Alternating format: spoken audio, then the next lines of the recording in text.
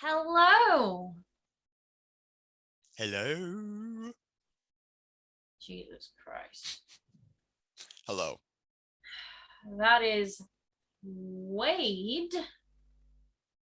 And that I got right is Yaz. Mhm. Are you on the I'm left on your screen? on the right of my screen. And you're Okay. recording. That is So, Yaz. There we go. I'm the one recording it. you're the one recording.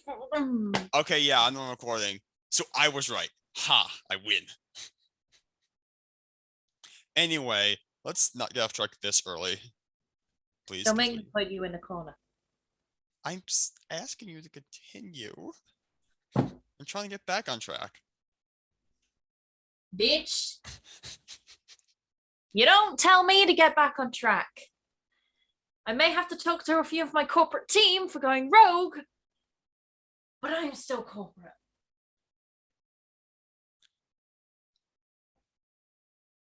Duly noted. Duly noted.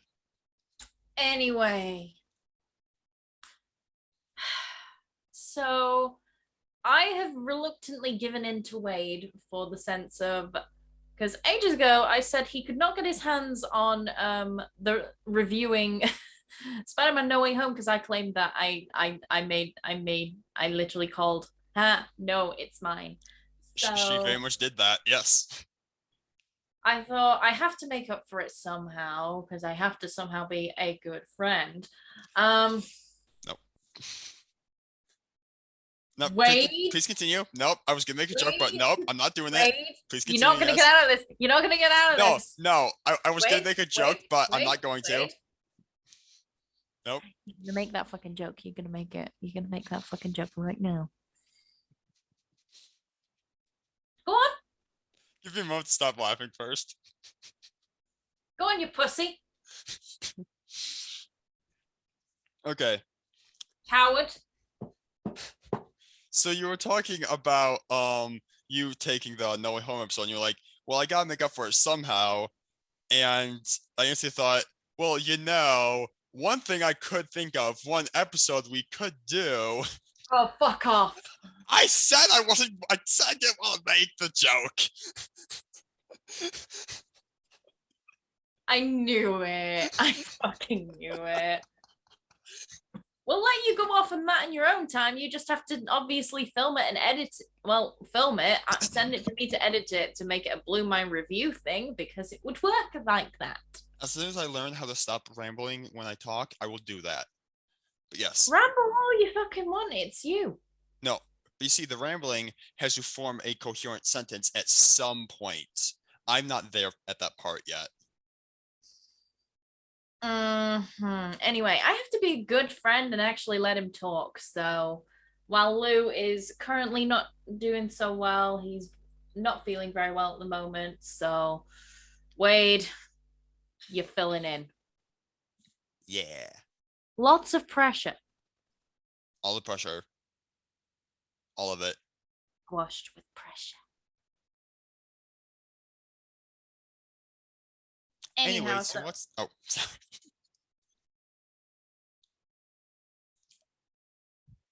Did you just disrespect me? No, I was actually gonna ask you what the episode was about, but then... I'll tell you what the fucking episode's about. Okay. He knows when he needs to behave. I'm slowly learning, yes. So we're going to talk about the MCU and just how we think it's going to head. Yes. Go. So we got a lot to talk about. Because there's like 15 different story threads that... So here's the thing. Wait, hang on. I just need to put this out there. Spoiler stamp! Oh, yeah, that. We need to make a graphic of that. Bitch, I already did. That's right, you did. My brain don't work. Oop. Anyway.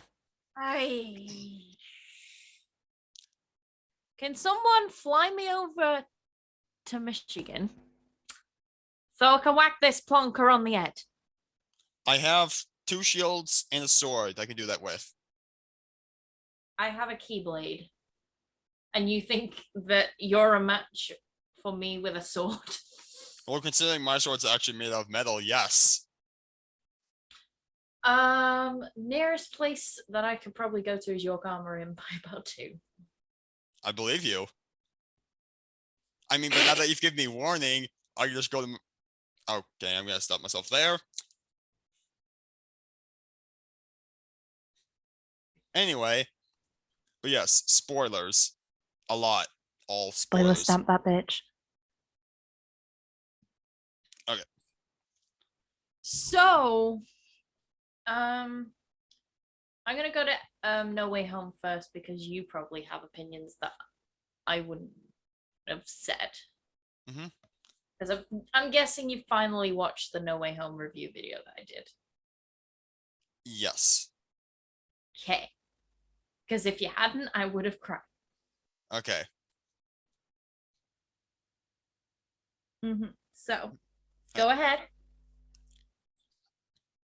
So, my thoughts on No Way Home. It was... Okay, I will say this. The one thing that I actually didn't realize until a bit after I'd seen the film that is one of my favorite parts of it is that it did not follow the same basic story structure as the other 2 MCU Spider-Man films. Because in Spider-Man Homecoming, Peter Parker, Spider-Man, had just been brought up from Civil War as his like protege, the, for lack of a better term, son in many people's eyes of Tony Stark. Yeah. And so he was always going to be connected to Iron Man in every way. And what they did in Homecoming was a guy, Adrian Toomes, the Vulture, who had a grudge against Tony Stark, and the way he expressed that was through Spider-Man, who was a direct connection to him. And you get what I'm trying to say. Yeah, I get what you're trying to say. And I'm not saying that's bad. It worked. It very much did. Yeah. But when they repeated the same process again in Far From Home, where Quentin Beck, or Beck, I'm not sure the exact pronunciation of Quentin it. Beck. Beck, okay, thank you. Or Mysterio, who was a former employee of Tony, and gathered a bunch of other guys. It was basically about Tony Stark. Yeah, and like it was again about people who had a grudge against Tony Stark, and they took that out on Peter. Which to do it once was good, it worked. But to do it a second time and to kind of replay the same story beats, here's my thing with that. I get that. But the only reason I feel like they did it in Far From Home better was because of that trip of basically just going to Peter, by the way, this isn't real. Like Peter questioning reality. Yeah, definitely. Like I do feel that like the story of Far From Home and the way they handle like that concept of the guy grudge against Tony against Peter, definitely, like you said, was handled better, or at least I liked it more. Yeah. Especially as technically Mysterio's still alive. Is he? I thought, didn't he get hit by... That's actually a confusing point for me that I need to look up or look into, because from what I remember, when in the final fight between the 2, they're on that bridge in London, and the drones are trying to shoot at Peter, and Mysterio orders them all to shoot. But he's in the firing zone, and he gets hit by some of them. But then later on, that Mysterio was revealed to be a hologram. Yeah. And literally Peter caught the actual one trying to shoot him.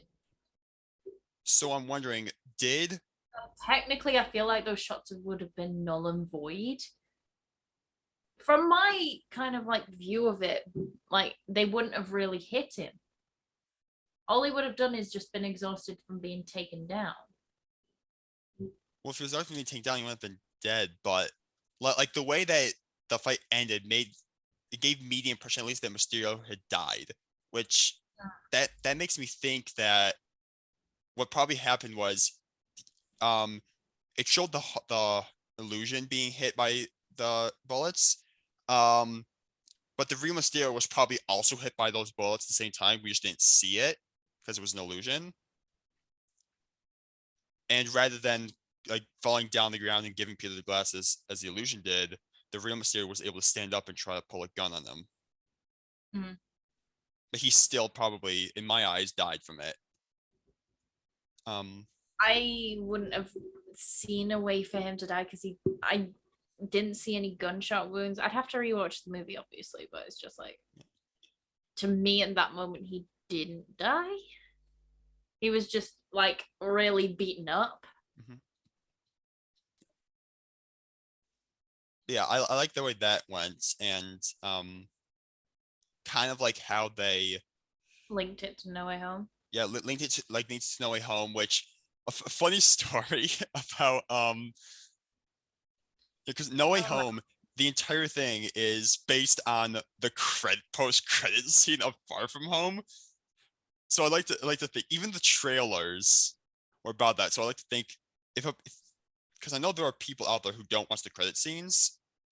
I feel like they had to have been confused. Yeah, they've been so confused, be like, what the hell is happening? Like, I really wanted Peter to say what the fuck, just because I thought I would have found that hilarious. Like, just make it a PG-13 rating and just let Peter say fuck once. Literally, in a PG-13 movie, the maximum you can say fuck is about, I think, 5 times. That might be true. I don't know. It might differ based on country. It may differ based on country, but in the UK, I know you can say fuck 5 times in one film rated 12. In a rated 15, it's mainly with See You Next Tuesday. You could say it 5 times. Okay. Yeah. And you know what word I'm referring to. And I'm probably wrong about this, but I remember hearing someplace that if it's PG-13, you can say the word fuck once as long as it's not like used in some sort of sexual manner. Ooh. I might be wrong about that though. I probably am. Just let Samuel L. Jackson have his exclamation of fuck. Yes. Yeah. Yes. That is like in freaking Infinity War when he went motherfucker, and I was just like, no, let the man fucking finish. Let the man finish. What they should have done is like I'm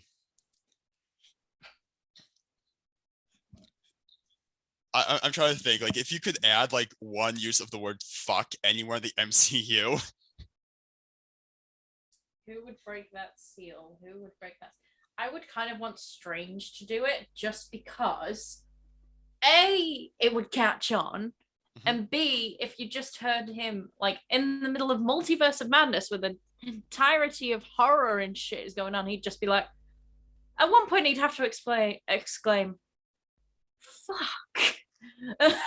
This was gonna be part of Multiverse of Madness is it's literally just Doctor Strange from the MCU and a exact duplicate of him in every way, except that guy, the studio has let him say fuck. Just that one Strange, not the other one.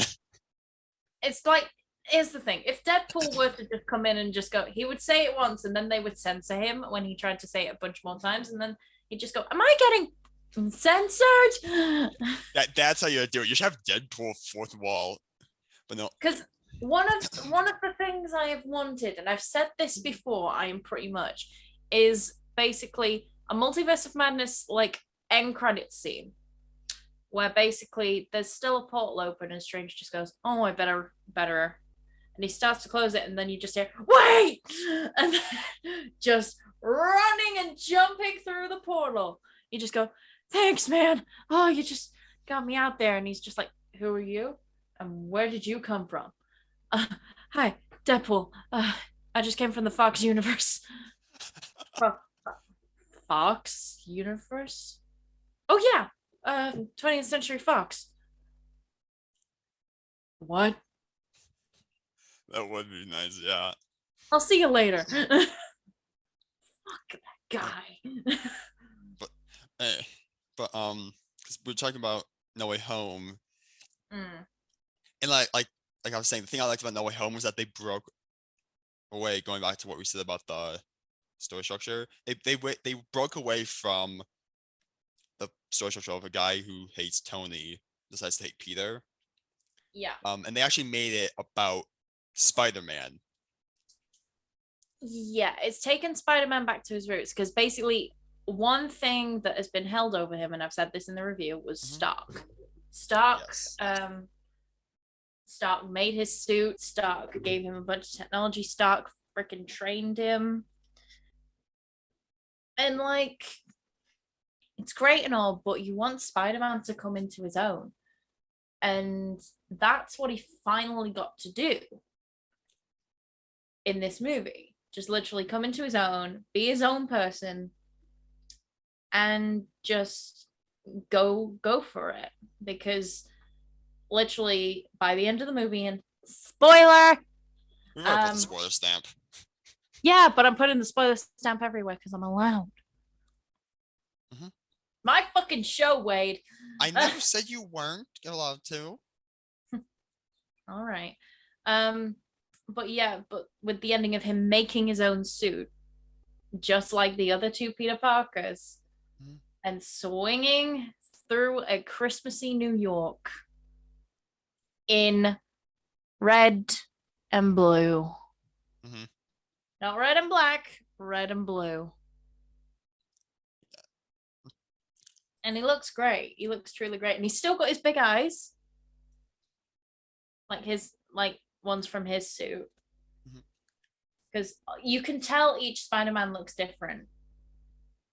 They've got kind of distinct with their eyes and their suits. Yeah, like with Tobey Maguire, like the eyes in the suit are like really huge, and you can clearly see like the webbing on it. Andrew Garfield's suit just looks, for lack of a better word, tall. It just looks tall and shiny. Yeah. And then Tom Holland is short boy. No, he's Iron Boy. I never said he wasn't also the Iron Boy. I just said he's also he's a short Iron Boy. How about that? You don't make fun of size. I know where you took that. Okay, Yasmin, I know I say this a lot, but you need to add that to the quotes. What? You don't make fun of size. Well, you don't. I know you've taken it out of context, but I'm talking height, my dude. I know what you meant. Anyway, I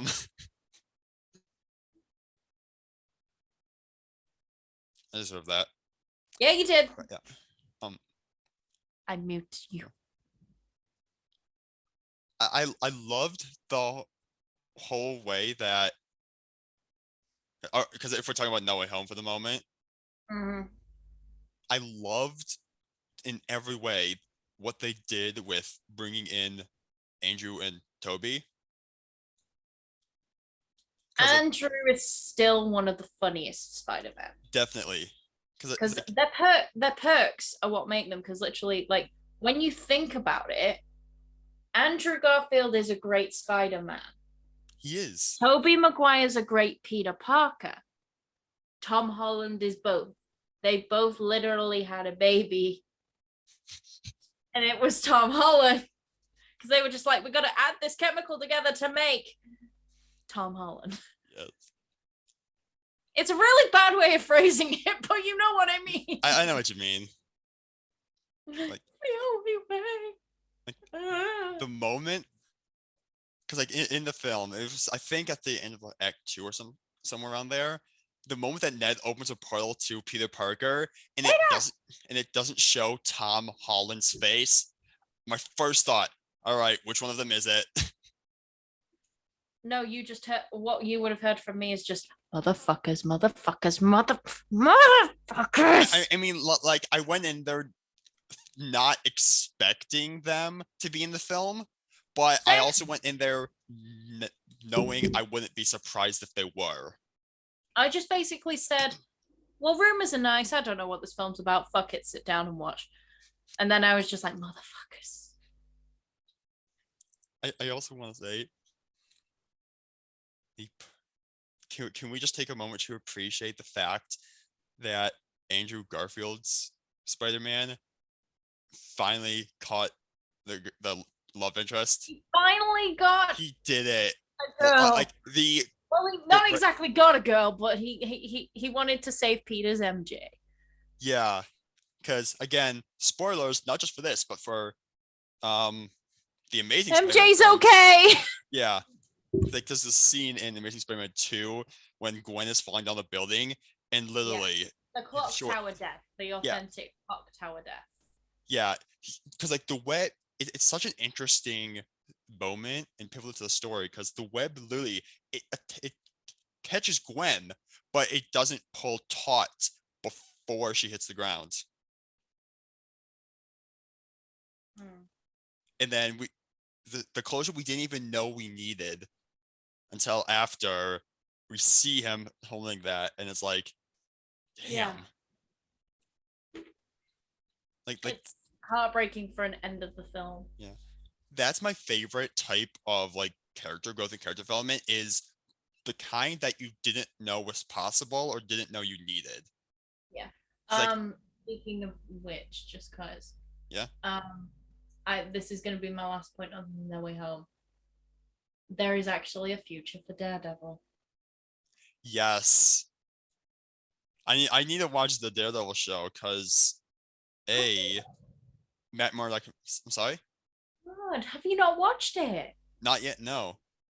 Because Matt Murdock makes an appearance. You better fucking catch up on the Netflix universe because Jessica Jones is gonna make a comeback. Jessica Jones is gonna be in the MCU? There've been articles. Ooh, nice. And Kristen Ritter's the perfect Jessica Jones, so I'm not surprised that they wouldn't think of bringing her into the MCU because she does Jessica Jones really well. Nice. I'll definitely have to watch that. Yeah. Oh my god, watch them. Fucking watch them because they're such good shows. Literally, I'd say mainly Daredevil and Jessica Jones. Series 1 of Luke Cage. Series 2 kind of went off the rails. And Series 2 of Iron Fist because Series 1, no. Okay. Series 2 of Iron Fist tries to recover itself, but obviously didn't do the best job. And then there's Defenders, which is a bit meh because of how it went about its story. But yeah, absolutely watch Daredevil. Absolutely watch Jessica Jones.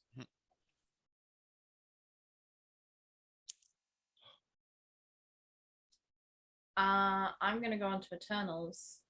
Eternals, yes. Have you finally watched it? I have watched Eternals. Yeah, I've watched. I will say this. I don't think it's a bad film, but I do understand why it's getting some of the hate. Because I feel like it tried to give too many characters the spotlight. It's hard to do with a group. Yes, I will say that. But there was a story there. Definitely. There was a story there. There was a great characters all around. Great characters all around. Yeah. It's just hard to tell a cohesive story with a big group of superheroes. And like with the Eternals are great. It's a great movie. It's great characters, but they just were trying. I think there was a little bit like nobody's fault, but I think it came off to people as that they were trying too hard. Nobody's fault. I don't think they were trying too hard. I think they did just the right amount because I liked it. I liked it too. and especially huge brownie points to Lauren Ridloff, because Which one? Makari. I'm sorry? Makari. How about I say this? She's freaking deaf. Ah, yes. And she's playing a huge role in an MCU movie and bringing sign language to the MCU. Yeah, definitely. And her and Druig are my OTP. I'm sorry, her and Druig are so cute. They They're are. so cute. They need to get together already. Kiss already.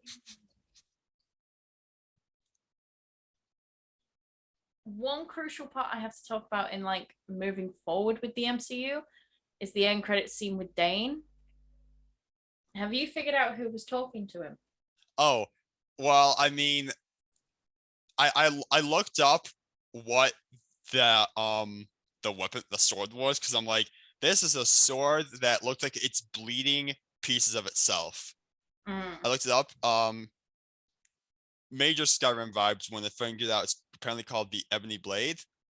Yeah, it's the Ebony Blade. He's meant to be Black Knight. Yeah, Black Knight. Yeah, he was talking to, I'm not gonna try to pronounce his name, but Blade Runner. Wasn't that Just it? Blade. Blade. Oh, it's just Blade. Okay, I thought it was Mahershala Ali. Yes, thank you. That was Blade's voice. Yes. Because are you sure you want to do that, Mr. Whitmore? And I'm just like, wait, whose voice is that? And everybody literally was rewinding, trying to figure it out. And people were just saying, that sounds like Jeffrey Wright. Is this the Watcher in this? And then all of a sudden they look it up. Oh shit, it's Mahershala. And yep. I'm just like,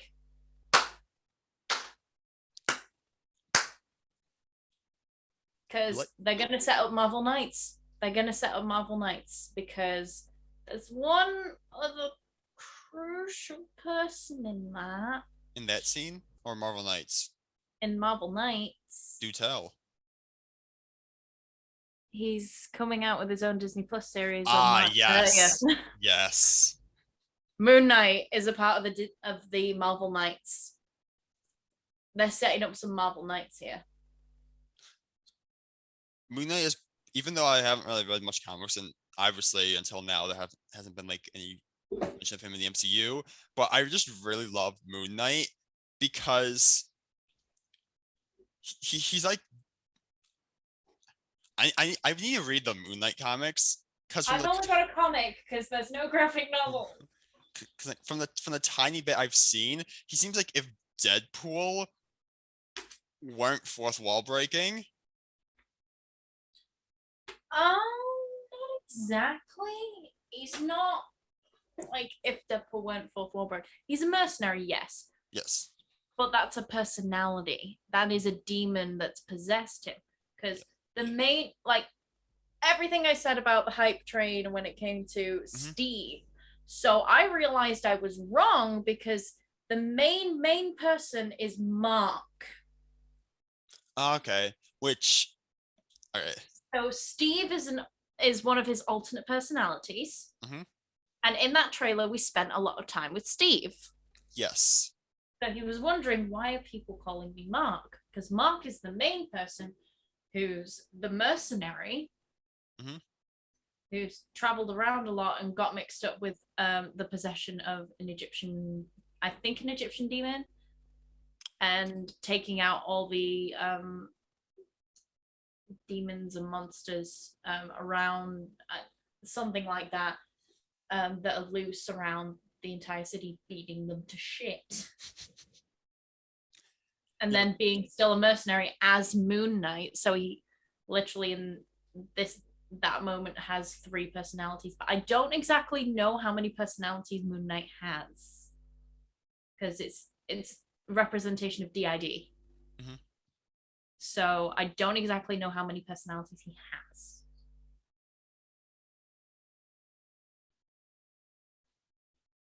We know there's Mark, who you're saying is the one who's also Moon Knight. We know there's Steven, and you said basically you said there's 3. trying to think if I know Yeah. any more. Mark Spector, the real one.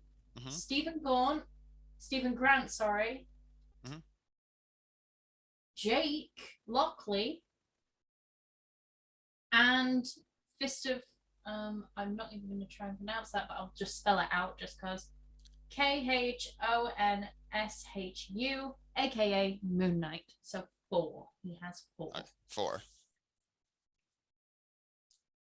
One of them being actual Moon Knight, one of them being Mark Spector, his actual name. Mhm. Then you have Stephen and Jake. Now that I'm hearing it, the name Mark Spector sounds very vaguely familiar, actually. So I think I have heard that name somewhere, like before the Moon Knight trail and all that. It's Moon Knight's name. That's what I'm saying. I'm just saying, like I'm pretty sure I've. Yeah. Yeah.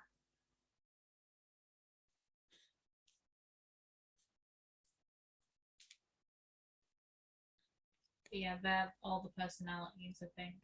Mhm. Oh yeah, there's versions of Moon Knight as well, because you can have Mr. Knight, who is the 5th identity of Moon Knight, but wasn't around until recently. Mr. Knight appeared in 2014 for the first time.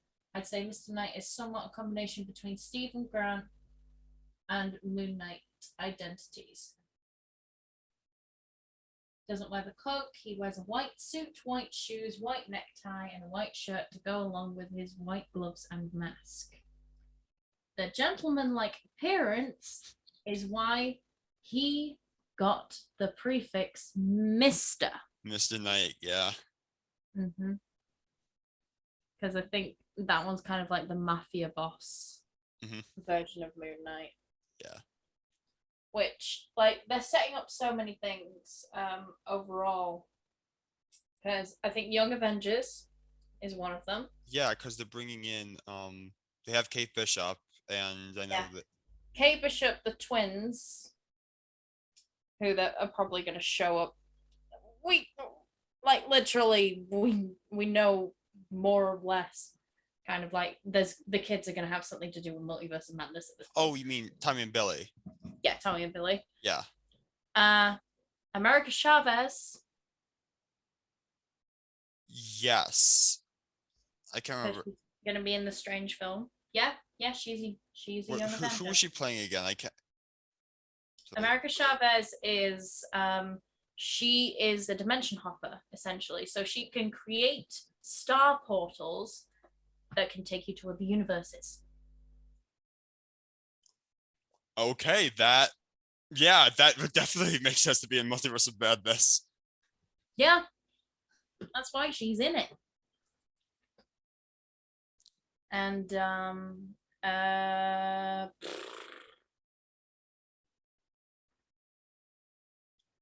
don't think they have any others In Multiverse of Madness, or no, not at the moment, because like the thing about Multiverse of Madness is like we don't know everything that's happened yet, but there is a lot that people want to see and kind of expect to see at this rate with all the rumors and stuff. I'm going in no expectations because that's the best way to go in, and that's the best way to immerse yourself, because you don't care what other people say or you don't care what other articles say.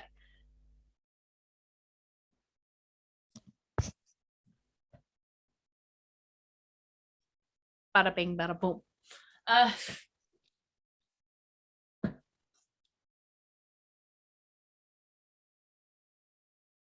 Wade, you look like you're in deep thought. I'm trying to think of what to say next, and I will say this before we move on. I want to, if we're done talking about that, I want to jump back to Eternals real quick and just bring up something.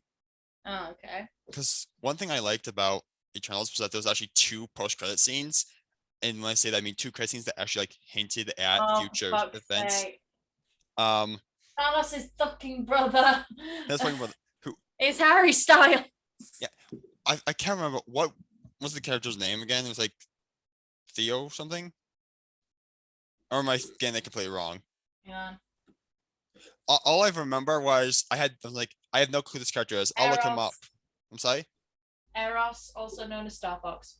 Yeah, Star Fox. Yep. Yeah, I looked up the character and either I was looking up the wrong character and never knew it, or the entry is about to be a lot weirder. But what I found out was that Star Fox is basically like just a horny teenager with the powers of a god. I mean, sounds about right. Oh boy. Oh boy. And they've got Harry Styles. Yep. Of course. I mean, who else? Because Harry Styles can get away with it, and he's great and no matter. One thing I do want to talk about is Loki. Oh, here we go. So they're currently filming season 2. Yeah, they're well. Are they already filming, or are they still in pre-production? No, they started filming. Okay, nice. Actually, you know what? Yeah, I think they are filming. Because I remember I saw on, I can't remember if it was Twitter or Instagram, but Sophia DiMartino like posted something. She's like back in the Sylvie suit or whatever. Yeah, back to being Sylvie. Or something like that. Anyway, but yeah, Loki season 2 is going to be interesting because I think they're going to take it off from the Kang point, and that might link into Quantum Mania. Yeah. Well, that's the thing, because I don't think Loki will be in Quantum Mania, but I think Kang will link into Quantum Mania. I might be getting very wrong about this, and I'm actually gonna look this up as I'm saying it. Hold on.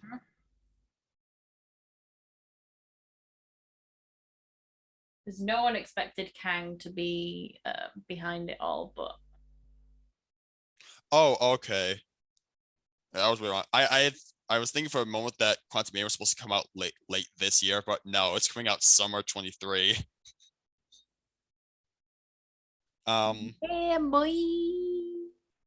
Oh dear, oh boy. But yeah, sorry, I think Loki has a good amount of time to link Kang to Quantum Mania. Yeah, because if I'm understanding it right, in Endgame, the like different timelines that they travel to, those technically are alternate universes. Yes. Yeah, it's like it's not technically time travel. It's the TVA were just dicks. Oh, I also want to say that brings up a good point. The entire plot of Loki, the entire plot of the Loki series hinges on one point of hypocrisy. Because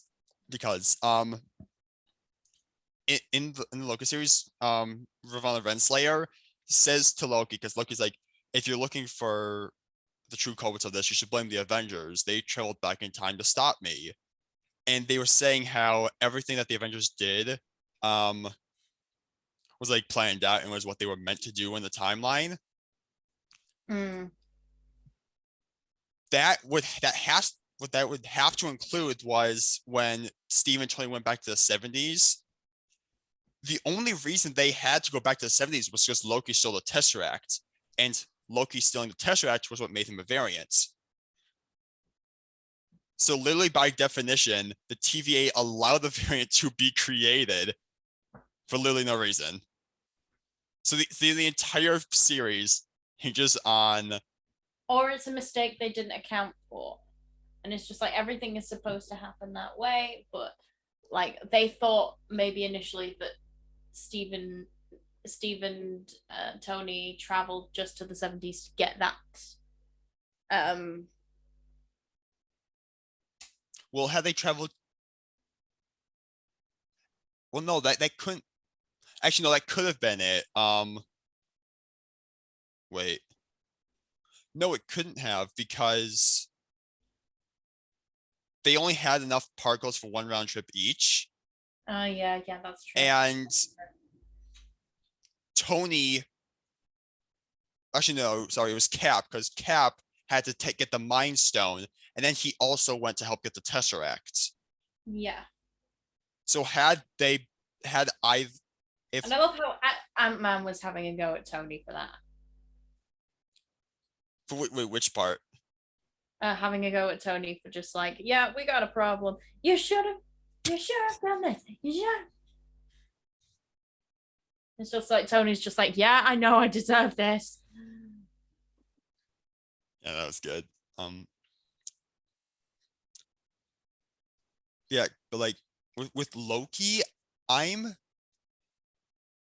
there's so many unanswered questions about Loki, and most of them happened in the final episode. Because it's pretty clear that the TVA exists probably in some like forgotten, locked away like section of the multiverse that kind of doesn't abide by the rules of everywhere else. Yeah.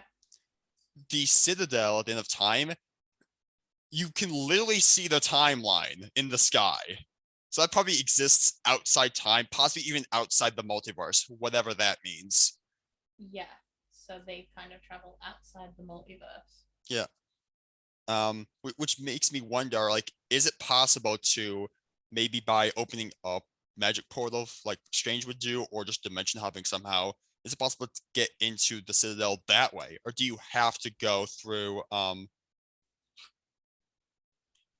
the demon elephants? I can't remember. There will end up being rules. There are always rules. Yeah. We know this. Yeah. Another thing is, I had thought when I was about to see No Way Home that there would be some confirmation that, because we still don't know what it was that caused the timeline to break during the last episode of Loki. I had thought that it was going to be Sylvie killing Kang. Well, no, that's what caused the whole like timeline to break and split into the multiversal war. But if you remember, as Kang was talking to Loki and Sylvie, it had started to break just out of nowhere. And what Kang was trying to say was that you either kill him and let this continue to break and blow up in the multiverse, or you take over this job for me and save it.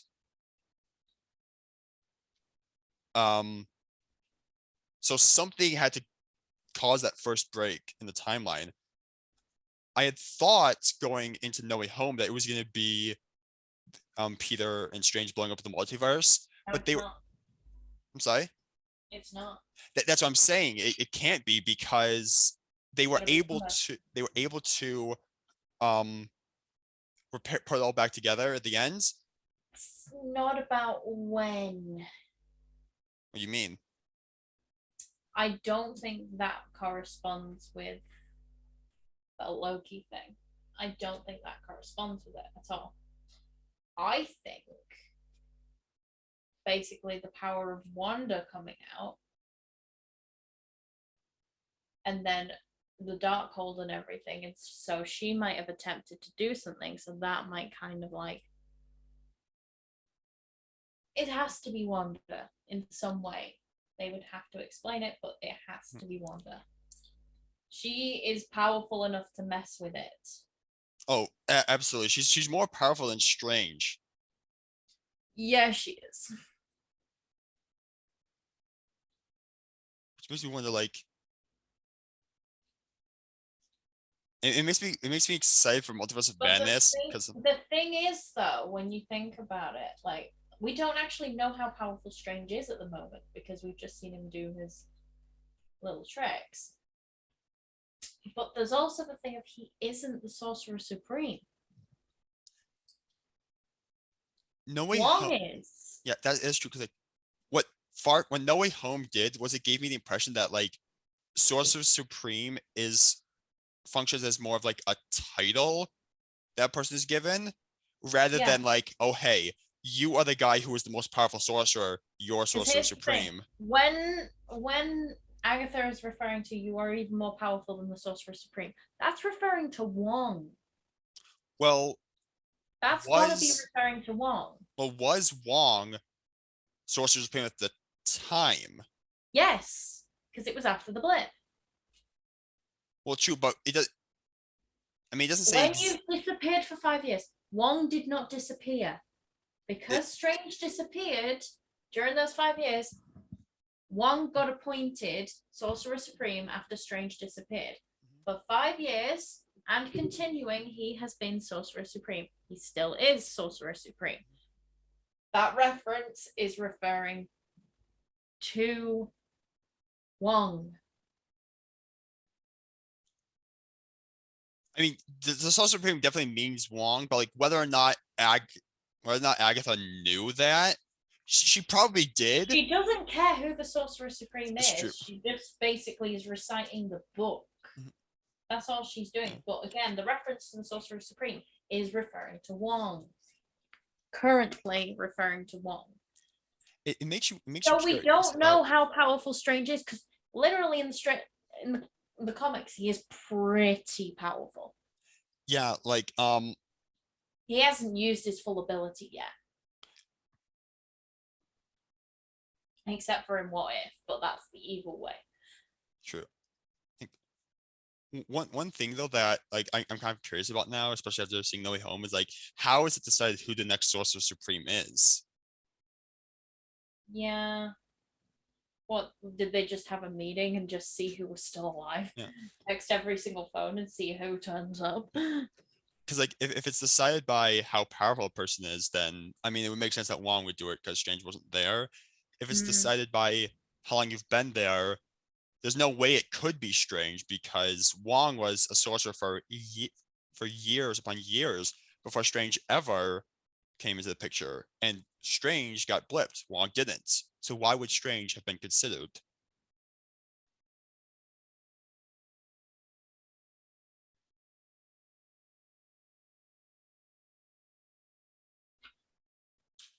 And awkward silence. While I just sip that tea. Yeah, it is a debate, but as I say, Wong is the Sorcerer Supreme currently, but he took over from Strange because I feel like the crowning moment for Strange becoming the Sorcerer Supreme was supposed to be at the end of Doctor Strange, where he followed his new path. He was Sorcerer Supreme in Infinity War. He wasn't in Endgame. Because all he could do was rely on Wong, and obviously because he'd only just come back, Wong was having to be the responsibility and keep on being the Sorcerer Supreme, because they wouldn't let Stephen take back his post because all he did was come back. That's all he did.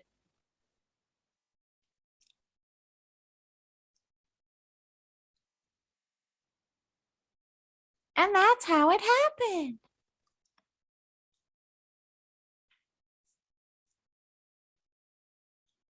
One thing I am curious about is because obviously phase 4 is about the multiverse, and now that like the whole Infinity Saga is over. Yeah, this is the magical route. Phase 4 is magical. Well, phase 1 was the start. Phase 2 was like yeah. The phase 2 was kind of things are ramping up and certain plot threads that are hinting at. Phase 3 was space. Yeah, phase 3 was definitely space. Basically, and when you think about it, it's introduction, political, because a lot of it was political and like thinking. Then we got into the cosmic. Now we're getting the mystical. Because Shang-Chi is proving to be quite the mystical as well. It's one of the big three: androids, aliens, and wizards. What have I told you about fucking wizards? They're not all wizards. Literally, I agree with Bucky Barnes. He's a sorcerer. A sorcerer is just a wizard without a hat. Also, it depends on what universe you're referring to, or what like. I will end you. I believe you. Anyway. Literally, there are differences between warlocks, witches, wizards, sorcerers. There are Well, differences.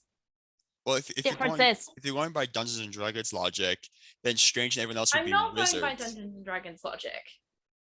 Oh, that's true, but like, but I'm saying if you would be, then Doctor Strange and the whole Encamotage would be wizards because they don't inherently know it. They study and learn the magic. One thing I'm curious about, because like we were saying how a lot of things are about mystical. I actually have two things. One, I feel like Doctor Strange is becoming the next Iron Man in the sense of he's the guy who makes appearances in a lot of other like film stuff that aren't like his films, if you know what I mean. Because like literally I was gonna say kind of like when it comes to the mystical, that's still something to be dug into. And the reason because I brought up Shang-Chi, that's kind of the mystical roots as well, but from a different perspective. So obviously they're like that's the Chinese mystical, especially with the 10 rings. So finding out how old they are would lead to mystic roots, and that's why Wong found him. Yeah, like there's a lot of different plot threads that are appearing, and like different avenues they're exploring of Both together a universe. Yeah. Um, one thing I'm kind of curious about is to how it's gonna fit into the multiverse. Hmm. Um, It'll all fit in because, like, what if I think they're planning? Obviously, we know they're planning on doing Evil Strange. That is for a fucking fact. yes. Well, he's in the trailer. Duh. But another thing that I think they're planning on is Captain Carter. Well, then they need to do that in What If. Yeah, they did. How would they bring Captain Carter in act? What am I saying? Multiverse. He's way home. No.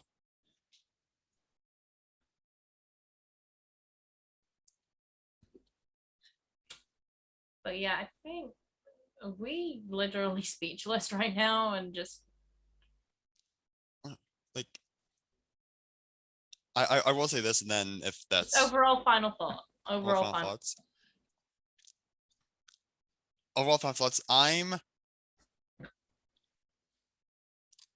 like, there's definitely a lot of hype for like a lot of what's coming next, and how are they gonna tell the multiverse Moon Knight story? is gonna be interesting to be kind of like a starting point for that. For the multiverse? Not for the multiverse, but for this year. Because when you think about it, because literally that's coming out in March. Yeah. Actually, yeah, that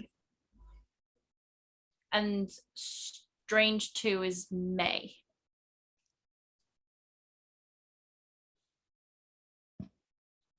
you know, because like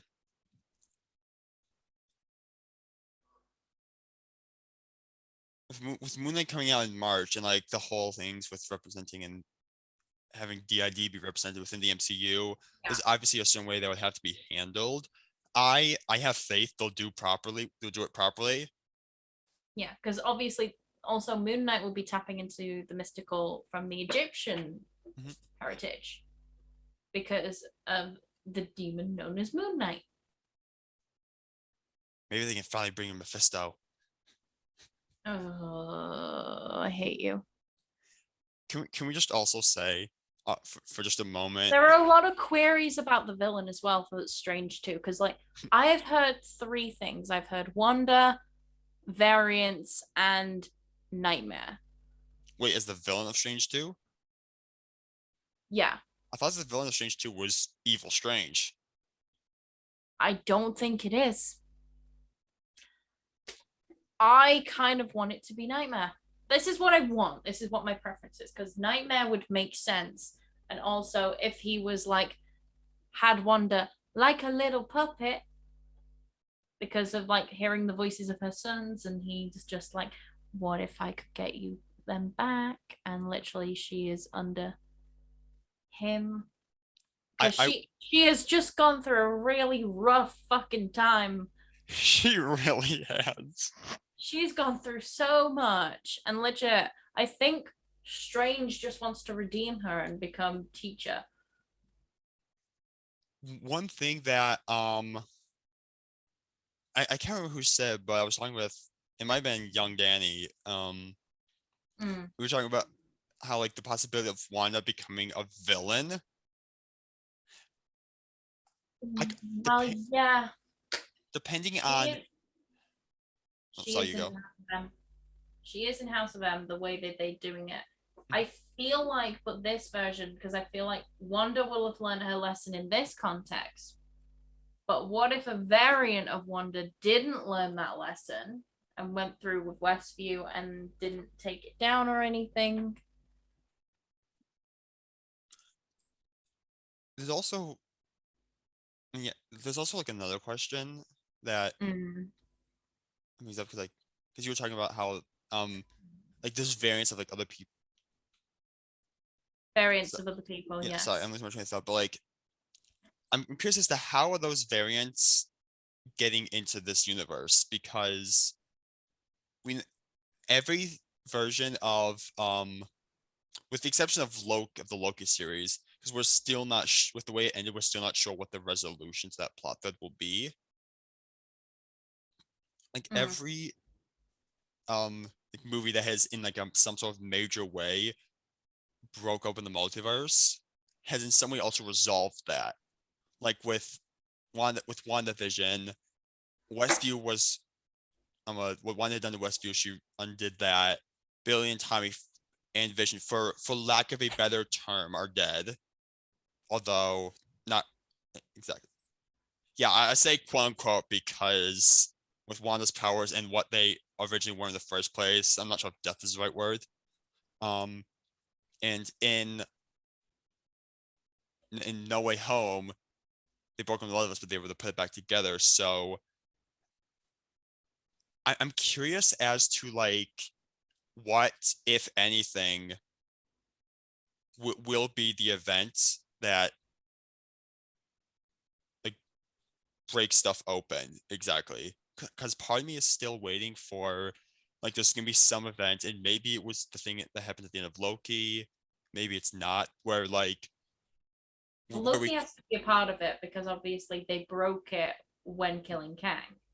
is true, but So breaking it would have had to have something to do with it. I feel like it would have to have been two corresponding events because basically there's got to be the event that got him to just like feel that's not right, and then at the same time, because time happens anytime, so that event had to have happened, and then followed by Sylvie killing Kang equals expansion and blow up of multiverse. So finding out what that event is probably gonna come up, and like, because like with them being at the end of time, he knows exactly how the conversation's gonna play out, but he also knows like what's gonna play out there because he knows what's gonna play out everywhere, except for this strange irregularity from one of the multiverses from a certain point in time.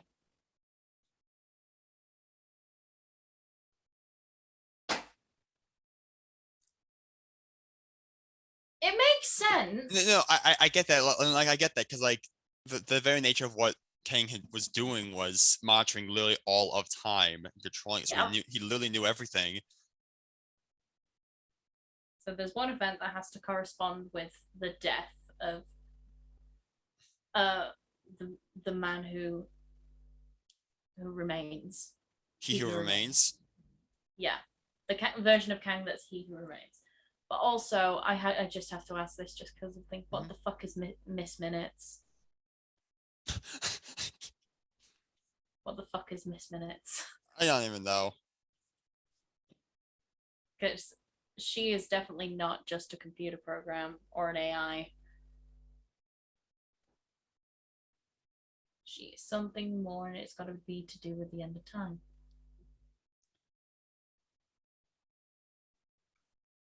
I just had a thought.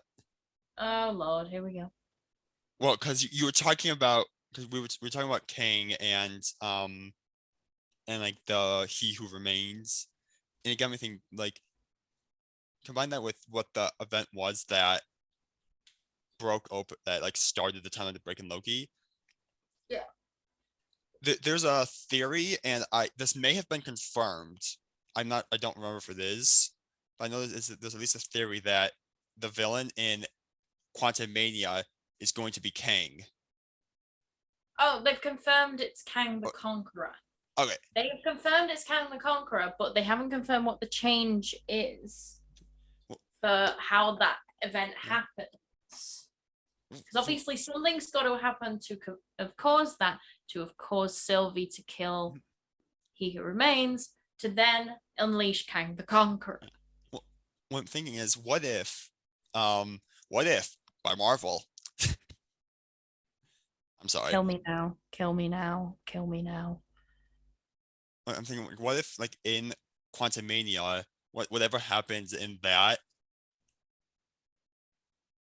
what if it's not like one of the heroes that broke up in the multiverse? What if it's Kang? Because we know that based on what He Who Remains have said, the other variants of Kang and such are still out there, because they're pretty much, like, at least from what I understand, they're pretty much as powerful as He Who Remains. Yeah, Just I because know, He Who Remains is the guy who sits in the TVA, he's able to keep them at bay. But nope. But nope. But nope. But what do you mean? Sorry to disappoint you, Connie, but nope. What? Like, is the thing, Kang the Conqueror wouldn't have bothered with Strange's Multiverse of Madness, because literally, when you think about it, Kang and Strange, if they go on one-on-one, that would not end pretty. And the fact of the matter is, there's more powerful people than Kang. Oh, absolutely. I don't think Kang has anything to do with Multiverse of Madness. No, I never said Multiverse of Madness. I said Quantumania. Quantumania, yes, he Yeah, has Quantumania, something to do with that. because, like, and then Kang in Quantumania, Kang does something. Probably, I would imagine, probably at the end of it, like, maybe Set him up as quite a big villain, probably, yes. Like, here's a scenario. Whatever happens in Quantumania involves like, probably Hope and Scott traveling to, like, another universe. The universe in this scenario where Kang is, like, where Kang the Conqueror himself is from. Through that, and Kang knowing that there are ways out of this prison, quote unquote, that He Who Remains has trapped me in. Using this new knowledge, he's able to escape. And once Sylvie kills He Who Remains, that's why Kang was able to take over the TVA so quickly. Because there was about 30 seconds of time between when Loki was dashed back into the TVA. Yeah, and it would. With how it would have happened, them two timelines work differently, because the end time works differently to how time proceeds. Yeah, because assuming the shots of assuming the shots of Sylvie, like, kneeling down and crying next to the corpse of He Who Remains, and the shot of Loki sitting in the TVA just looking sad, assuming those happen at the same time, there's about maybe 15 to 30 seconds between that shot and when Loki meets Mobius and B-15, I believe it is. Yep, B-15. Yeah. So assuming this happened at the same time, that's unless Kang Conqueror, some point in the future, whatever that means now, took over the TVA and then traveled himself back within the timeline of the TVA to the timeline where Loki is. Unless that happens, then he must have been, like, at the ready to take it over. And we won't know until next year. That's true. Anyway, let's bring this to an end, because we've been going on about this for about an hour. Sounds about right. Thank you, Wade, for stepping in. Very Blue, welcome. feel better. Hug. Love you. Get well soon. We love you, Bluey. And on that note, time to do it. If you want to see more Blue Mind Think Alike podcasts, if you want to see Wade play another game that he finally finished, if you want to see Lou play The Last of Us in grounded mode, if you want to see me play Sims, if you want to see a group of us playing some games, if you want to see a Blue Mind review, then please hit that subscribe button. That'd be lovely. And insert notification bell sound here. Ding-a-ling-a-ling. Yeah, ding-a-ling. Something like that. And yep, hit that notification bell to be notified when we upload and all sorts of stuff. And yeah. Anyway, that's been Wade. That's been Yaz. And we will see you next time with hopefully a Bluey instead of a Wade. Sorry, Wade, I'd trade you for Bluey. You know I'd trade you for Bluey. I understand. Go back to your editing room. Okay. All right. Take care, guys. Bye. Bye.